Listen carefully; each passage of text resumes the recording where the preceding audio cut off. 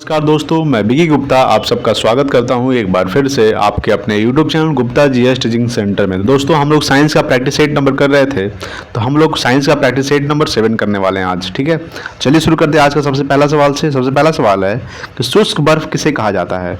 तो शुष्क बर्फ जो है ठोस कार्बन डाइऑक्साइड को कहा जाता है। किसे कहा जाता है? ठोस कार्बन डाइऑक्साइड को शुष्क बर्फ कहा जाता है। नेक्स्ट है कि ऑक्सीजन की खोज किसने की थी। तो ऑक्सीजन की खोज की थी जे प्रिस्टले ने। किसने की थी? जे प्रिस्टले ने ऑक्सीजन की खोज की थी। याद रखिएगा कि ऑक्सीजन की खोज किसने की थी? जे प्रिस्टले। अगर आपसे सवाल पूछ देगा कि वायुमंडल में ऑक्सीजन कितना परसेंट पाया जाता है, तो वायुमंडल में ऑक्सीजन पाया जाता है 21%। कितना परसेंट? 21% पाया जाता है वायुमंडल में ऑक्सीजन। और वायुमंडल में नाइट्रोजन पाया जाता है 71%। ठीक है, 71% पाया जाता है वायुमंडल में नाइट्रोजन। और कार्बन डाइऑक्साइड 0.03% पाया जाता है वायुमंडल में कार्बन डाइऑक्साइड। नाइट्रोजन 71% वायुमंडल में, 21% वायुमंडल में ऑक्सीजन, और कार्बन डाइऑक्साइड 0.03%।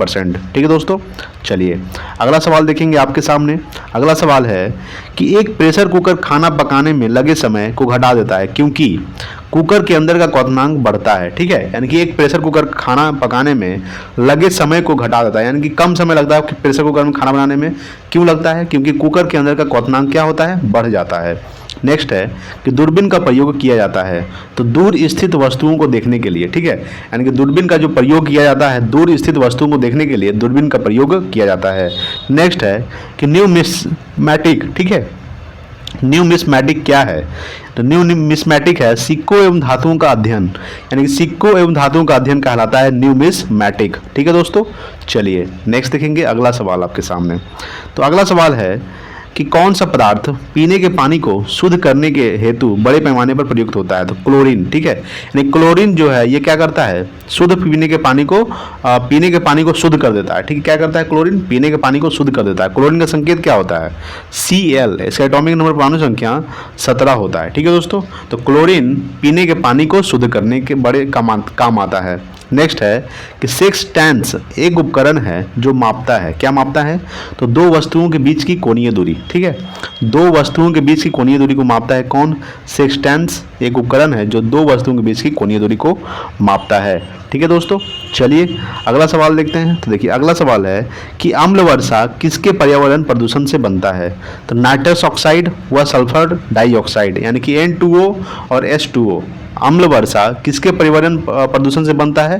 तो नाइट्रस ऑक्साइड और सल्फर डाइऑक्साइड के कारण अम्ल वर्षा होता है। ठीक है दोस्तों, नेक्स्ट है कि तांबे की गेंद को गर्म करने पर इसका घनत्व क्या होगा? तो घटता है। ठीक है, तांबे की गेंद को गर्म करने पर इसका घनत्व क्या होगा? तो घटता है।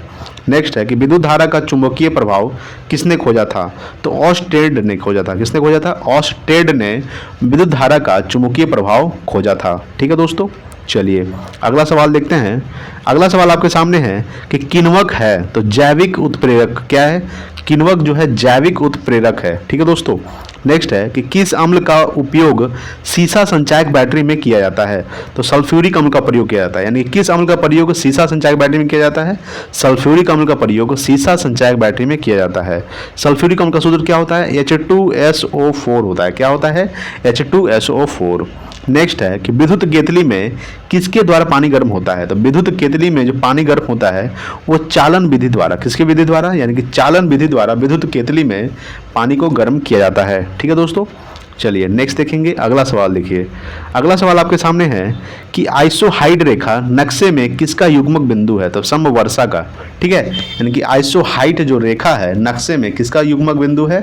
तो समवर्षा का। नेक्स्ट है कि विटामिन ए की कमी से कौन से रोग होती है? तो रतौंधी होता है। ठीक है, यानी कि विटामिन ए की कमी से कौन सा रोग होता है? रतौंधी। विटामिन ए का रासायनिक नाम क्या होता है? रेटिनॉल। विटामिन ए का सर्वोत्तम स्रोत क्या है? तो गाजर। ठीक है, गाजर जो है ये विटामिन ए का सर्वोत्तम स्रोत है। ठीक है दोस्तों, नेक्स्ट है कि दीर्घ दृष्टि संपीड़ित व्यक्ति की विशिष्ट दृष्टि की न्यूनतम दूरी कितनी होती है? तो 25 सेंटीमीटर। ठीक है, इसको ऐसे भी कह सकते हैं कि अस्पष्ट दृष्टि की न्यूनतम दूरी कितनी होती है? तो 25 सेंटीमीटर होती है। ठीक है दोस्तों, चलिए नेक्स्ट देखेंगे अगला सवाल। देखिए अगला सवाल है कि जो मच्छर शीत ज्वर से परजीवी को संप्रेषित करता है वह है? तो मादा एनोफिलीज। क्या है? मादा एनोफिलीज जो है क्या करता है? शीत ज्वर से परजीवी को संप्रेषित करता है। ठीक है, नेक्स्ट कि चर्बी को हजम करने में जो पीत द्रव सहायता करता है वह स्रावित है जिगर से, ठीक है। वह स्रावित कहाँ से होता है? तो जिगर से स्रावित होता है, यानी कि चर्बी को हजम करने में जो पीत द्रव सहायता करता है वह स्रावित होता है जिगर से, ठीक है दोस्तों। चलिए नेक्स्ट देखेंगे अगला सवाल। तो अगला सवाल है कि कच्ची गाजर किसका सर्वोत्तम स्रोत है? तो विटामिन ए का। हम बताए थे कि विटामिन ए जो है, विटामिन ए का सर्वोत्तम स्रोत है गाजर, यानी कि कच्ची गाजर, ठीक है। विटामिन ए की कमी से रतौंधी होता है। क्या होता है? रतौंधी, ठीक है। विटामिन की कमी से रतौंधी होता है। और विटामिन ए का रासायनिक नाम रेटिनॉल होता है। क्या होता है? रेटिनॉल, ठीक है दोस्तों। चलिए नेक्स्ट देखेंगे, अगला सवाल देखते हैं, ठीक है। अगला सवाल क्या है आपके सामने? बहुत ज़बरदस्त सवाल है। सवाल बोल रहा है कि लाल रक्तकण किसमें उत्पन्न होते हैं। सवाल है कि लाल रक्तकण किसमें उत्पन्न होते हैं? तो अस्थि मज्जा में, यानी कि लाल रक्तकण यानी कि आरबीसी, ठीक है। आरबीसी का जीवन काल कितना होता है? तो 1 से 120 दिन होता है। कितना होता है? 120 दिन, यानी कि आरबीसी का जीवन काल 120 दिन होता है और डब्ल्यूबीसी का जीवन काल होता है 1 से 4 दिन, ठीक है दोस्तों। तो लाल रक्तकण यानी कि रेड ब्लड सेल किसमें उत्पन्न होता है? तो अस्थि मज्जा में, ठीक है। नेक्स्ट है कि अल्ट्रासोनिक तरंग का मात्रक क्या है? तो हर्ट्ज, ठीक है। अल्ट्रासोनिक तरंग का जो मात्रक होता है क्या होता है? हर्ट्ज होता है, ठीक है। नेक्स्ट है कि बालकों में अंधता का मुख्य कारण किस चीज़ की कमी है? तो विटामिन ए, ठीक है। क्या है? बालकों में अंधता का जो मुख्य कारण है किस चीज़ की कमी होती है? विटामिन ए की कमी से होती है। अगर हम बात करें कि विटामिन ए का रासायनिक नाम क्या होता है? रेटिनॉल। विटामिन ए की कमी से रतौंधी होता है और विटामिन ए का सर्वोत्तम स्रोत है गाजर, ठीक है दोस्तों। चलिए नेक्स्ट देखेंगे अगला सवाल। अगला सवाल है कि कार्बोरेटर क्या होता है? यानी कार्बोरेटर होता है तो पेट्रोल इंजन में, ठीक है। कार्बोरेटर कहाँ होता है? पेट्रोल इंजन में कार्बोरेटर होता है। नेक्स्ट है कि वाष्प का दर किस पर निर्भर नहीं करता? तो द्रव का द्रव्यमान पर, ठीक है। यानी कि वाष्प का जो दर है ये द्रव के द्रव्यमान पर निर्भर नहीं करता है, ठीक है दोस्तों। चलिए नेक्स्ट देखेंगे। अगला सवाल है कि ज्वार सबसे ऊंचा कब होती है? तो जब सूर्य और चंद्रमा पृथ्वी की एक ही ओर होते हैं, ठीक है। जब सूर्य और चंद्रमा पृथ्वी की एक ही ओर होते हैं तो ये ज्वार सबसे ऊंचा होती है, ठीक है दोस्तों। चलिए नेक्स्ट है कि एक समतल दर्पण पर आपतित किरण 60 डिग्री का कोण बनाती है तो परिवर्तन कोण होगा 30 डिग्री होगा। क्या होगा? एक समतल दर्पण पर आपतित किरण 60 डिग्री का कोण बनाती है तो परिवर्तन कोण पर उसका कितना होगा? तो 30 डिग्री होगा, ठीक है। चलिए नेक्स्ट देखेंगे। अगला सवाल है कि ध्वनि का वेग निर्भर करता है तो तरंग दैर्घ्य पर, ठीक है। यानी कि ध्वनि का जो वेग है किस पर निर्भर करता है? तरंग दैर्घ्य पर निर्भर करता है ध्वनि का वेग। नेक्स्ट है कि पानी और चौक यानी कि खड़िया के मिश्रण को पृथक किया जा सकता है तो वाष्पन द्वारा, ठीक है। यानी कि पानी और चौक के मिश्रण को वाष्पन द्वारा अलग किया जा सकता है। नेक्स्ट है कि परमाणु में प्रोटॉन रहते हैं तो नाभिक के भीतर, ठीक है। देखिए परमाणु में प्रोटॉन क्या होते हैं? नाभिक ये परमाणु है, इसमें क्या होता है? इलेक्ट्रॉन क्या करता है? इलेक्ट्रॉन जो है चक्कर लगाता है, ठीक है। इसमें प्रोटॉन और न्यूट्रॉन रहता है। क्या रहता है? प्रोटॉन और न्यूट्रॉन जो है ये नाभिक के अंदर रहता है और इलेक्ट्रॉन क्या करता है? चक्कर लगाता है, ठीक है दोस्तों। चलिए फिर अगला सवाल देखते हैं। तो देखिए नेक्स्ट है कि परमाणु के नाभिक में उपस्थित होता है प्रोटॉन और न्यूट्रॉन। क्या करता है? परमाणु के नाभिक में उपस्थित है प्रोटॉन और न्यूट्रॉन और इलेक्ट्रॉन क्या करता है? चक्कर लगाता है। नेक्स्ट है कि जंग जिसको राष्ट्र बोलते हैं उदाहरण है तो यौगिक का, ठीक है। जंग उदाहरण है किसका? तो यौगिक का। नेक्स्ट है कि जल का रासायनिक सूत्र क्या होता है? H2O, आपको पता होगा, ठीक है। H2O जल का रासायनिक होता है। अच्छा, शुद्ध जल किसे कहा जाता है? तो वर्षा के जल को शुद्ध जल कहा जाता है, ठीक है दोस्तों। नेक्स्ट है कि द्रव बूंद की संकुचन और कम से कम क्षेत्र घेरने की प्रवृत्ति का कारण है पृष्ठ तनाव। क्या है? यानी कि द्रव बूंद की संकुचन और कम से कम क्षेत्र घेरने की प्रवृत्ति का कारण है पृष्ठ तनाव। नेक्स्ट है कि नींबू एवं संतरे में कौन सा विटामिन पाया जाता है? तो विटामिन सी, ठीक है। नींबू एवं संतरे में विटामिन सी पाया जाता है। विटामिन सी की कमी से कौन सा रोग होता है? स्कर्वी रोग होता है। विटामिन सी का सर्वोत्तम स्रोत क्या है? तो आंवला जो है विटामिन सी का सर्वोत्तम स्रोत है और विटामिन सी का रासायनिक नाम है एस्कॉर्बिक एसिड, ठीक है दोस्तों। और टमाटर में ऑक्जेलिक एसिड रहता है, ठीक है। सिरका में एसिटिक एसिड रहता है, ठीक है। नींबू एवं संतरे में कौन सा रहता है? तो नींबू एवं संतरे में साइट्रिक एसिड रहता है, ठीक है दोस्तों। नींबू एवं संतरे में कौन सा विटामिन पाया जाता है? तो विटामिन सी पाया जाता है। चलिए नेक्स्ट देखेंगे अगला सवाल है कि मानव शरीर का कौन सा भाग संधि शोथ से प्रभावित होता है? तो जोड़, ठीक है। यानी कि मानव शरीर का कौन सा भाग, तो यानी जोड़ का जो भाग है ये संधि शोथ से प्रभावित होता है, यानी गठिया से प्रभावित होता है, ठीक है। नेक्स्ट देखेंगे अगला सवाल है कि गर्मी में सफ़ेद कपड़े गहरे रंग के कपड़ों से अधिक आरामदेह क्यों होते हैं? क्योंकि सफ़ेद कपड़े गहरे कपड़े से कम ऊष्मा का अवशोषण करते हैं। ठीक है, याद रखिएगा कि गर्मी में सफ़ेद कपड़े गहरे कपड़े से अधिक आरामदेह क्यों होते हैं, क्योंकि सफ़ेद कपड़े गहरे रंग के कपड़े के से कम ऊष्मा का अवशोषण करते हैं। ठीक है दोस्तों, चलिए फिर अगला सवाल देखेंगे। देखिए अगला सवाल है आपके सामने कि मेघ गर्जन की ध्वनि सुनाई देने से पहले बिजली की चमक दिखाई देती है, क्योंकि प्रकाश ध्वनि से अधिक तीव्र गति से चलती है। ठीक है, मेघ गर्जन की ध्वनि सुनाई देने से पहले बिजली की चमक दिखाई देती है, क्योंकि प्रकाश की जो है ये ध्वनि अधिक तीव्र से गति से चलती है। नेक्स्ट है कि भूक्षरण को नियंत्रित किया जा सकता है वृक्षारोपण द्वारा। ठीक है, यानी कि भूक्षरण को नियंत्रित किया जा सकता है वृक्षारोपण के द्वारा। ठीक है, चलिए नेक्स्ट देखते हैं। अगला सवाल देखिए, अगला सवाल है कि कोयले के जलने से बनती है कार्बन डाइऑक्साइड। क्या बनता है, यानी कि कोयले के जलने से कार्बन डाइऑक्साइड का निर्माण होता है, यानी कि CO2। अच्छा, कोयला कितने प्रकार का होता है? कोयला 4 प्रकार का होता है। कौन कौन होता है?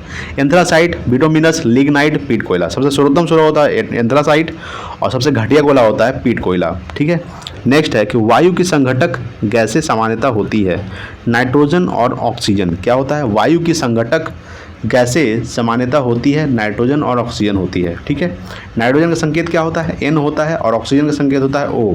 नाइट्रोजन का परमाणु संख्या 7 होता है और ऑक्सीजन का परमाणु संख्या 8 होता है।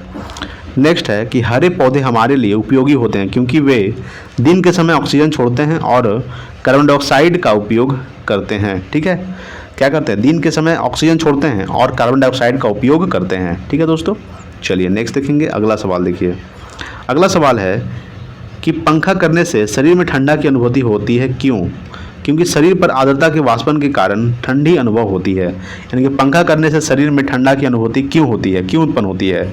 शरीर पर आर्द्रता के वाष्पन के कारण ठंडी अनुभव होती है, इसीलिए। नेक्स्ट देखेंगे अगला सवाल। तो देखिए अगला सवाल है कि वैद्युत उपकरणों पर केवल तभी कार्य करना चाहिए जब वह उचित रूप से भूसंकल्पित हो।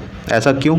क्योंकि जब वैद्युत लघु पतन होता है तब उपभोक्ता को बिना कोई नुकसान पहुंचाए विद्युत धारा भूमि में प्रवेश कर जाती है। ठीक है दोस्तों, चलिए नेक्स्ट देखेंगे अगला सवाल। अगला सवाल है कि बर्फ जल पर तैरती है क्योंकि यह जल से हल्की होती है। ठीक है, बर्फ जो है जल पर तैरती है क्योंकि यह जल से हल्की होती है। नेक्स्ट है कि पारे को जब एक बर्तन में रखा जाता है, क्या किया जाता है? पारे को जब एक बर्तन में रखा जाता है तो मेनिस्कस होता है। क्या होता है? तो उत्तल। ठीक है, पारे को जब एक बर्तन में रखा जाता है तो मेनिस्कस होता है। क्या होता है? तो उत्तल होता है। ठीक है दोस्तों, चलिए नेक्स्ट देखेंगे अगला सवाल कि वर्षा की बूंद गोलाकार होती है सतही तनाव के कारण। ठीक है, सतही तनाव के कारण वर्षा की जो बूंद है ये क्या होती है? गोलाकार होती है। नेक्स्ट है कि रेबीज के टीके की खोज किसने की थी? तो लुई पास्चर ने। ठीक है, लुई पास्चर ने रेबीज के टीके की खोज किया था। नेक्स्ट है कि परम दाब है तो गेल दाब +1 बार। ठीक है, गेल दाब +1 बार ये परम दाब है। ठीक है दोस्तों, चलिए नेक्स्ट देखेंगे अगला सवाल। अगला है कि अल्फा एवं बीटा किरणों की खोज किसने की थी? तो अर्नेस्ट रदरफोर्ड ने। ठीक है, अर्नेस्ट रदरफोर्ड ने अल्फा एवं बीटा किरणों की खोज की थी। नेक्स्ट है कि वायुमंडल में कार्बन डाइऑक्साइड के परिमाण में वृद्धि के कारण है तो ताप में वृद्धि होता है। ठीक है, यानी कि वायुमंडल में कार्बन डाइऑक्साइड के परिमाण में वृद्धि के कारण है ताप में वृद्धि होता है। नेक्स्ट देखेंगे अगला सवाल। अगला सवाल आपके सामने है कि एक आवर्ती की गति से घूमने वाली चक्के की प्रति सेकंड घूर्णन किससे मापी जाती है? तो अस्ट्रोबोस्कोप से। कैसे मापी जाती है? अस्ट्रोबोस्कोप से, यानी कि एक आवर्ती गति से घूमने वाली चक्के की प्रति सेकंड घूर्णन किससे मापी जाती है? अस्ट्रोबोस्कोप से। ठीक है दोस्तों, नेक्स्ट है कि पानी से ऊपर तक भरे एक बर्तन में पानी के सतह पर बर्फ़ का एक टुकड़ा तैर रहा है। जब बर्फ़ का टुकड़ा पिघलेगा तो पानी का स्तर अपरिवर्तित रहेगा। क्या होगा? जब बर्फ़ का टुकड़ा पिघलेगा तो पानी का जो स्तर है वो क्या रहेगा? अपरिवर्तित रहेगा, यानी कि अपरिवर्तन रहेगा। ठीक है, नेक्स्ट है कि डाइन इकाई है तो किसका है? बल का। ठीक है, डाइन किसका इकाई है? बल का है। ठीक है दोस्तों, तो दोस्तों आज के लिए इतना ही, मिलते हैं अगले वीडियो में, तब तक के लिए जय हिंद, वंदे मातरम।